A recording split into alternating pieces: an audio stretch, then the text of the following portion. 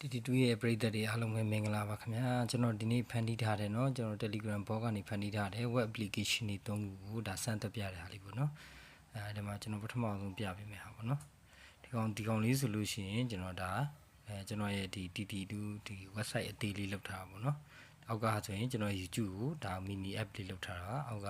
Viber mini app ဆိုတော့ဒါကျွန်တော်ရဲ့ Viber short လေးပေါ့เนาะတစ်ခုချင်းကိုကျွန်တော်ပြပေးပါမယ်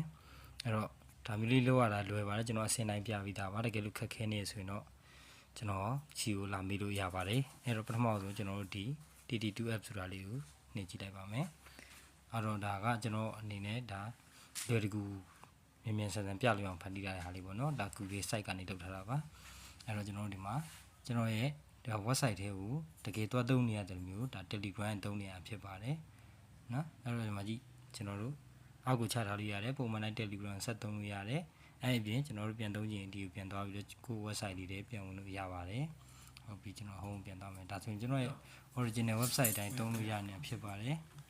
okay ပြီးရင်ကျွန်တော်နောက်တစ်ခုထပ်ဆန်းမယ်နောက်တစ်ခုကကျတော့ဒီ Turbo Mini YouTube Mini ပေါ့နော်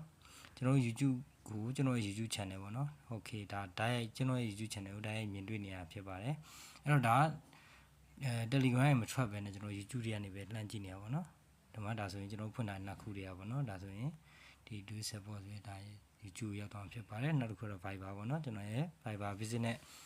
account ဖွင့်ထားတဲ့နေရာလေးကိုဒါချိတ်ပေးထားတာဖြစ်ပါတယ်ဒါဆိုရင်ကျွန်တော်ဒီမှာပေးတဲ့ service တွေရဲ့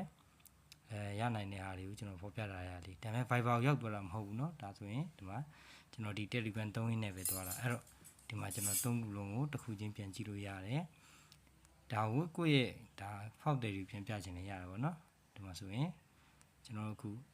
တနေရာပြီးတနေရာပြန်သွားလို့ရပါဘောเนาะဟုတ်ပြီကိုယ့်ရဲ့ဒါဈေးကွက်ကြောညာဒါမှမဟုတ်ကိုယ့်ရဲ့ product တွေပြချင်တဲ့အခါ shop တွေ website တွေဒီလို account တွေတွားချင်တဲ့အခါမျိုးမှာဒီလိုဟာလေးတုံးပူပြီးလွယ်ကူတယ်ပေါ့เนาะအဲ့တော့ဒီလိုလောက်တာလေးတွေကျွန်တော်ပြထားပြီးတယ်အဆင်ပြေအောင်လုပ်ကြည့်ပါတကယ်လို့အဆင်မပြေဘူးဆိုရင်ကျွန်တော်အချိန်ပြေးလာမိနိုင်ပါတယ်ခုချိန်ဒီလိုက်ပြီးကြည့်ပြီးတော့လိုက်လုပ်နေလူရောကြည့်ပြီးတဲ့လူတွေအတွက်ရောအားလုံးကိုကျေးဇူးအထူးတင်ရှိပါတယ်ခင်ဗျာ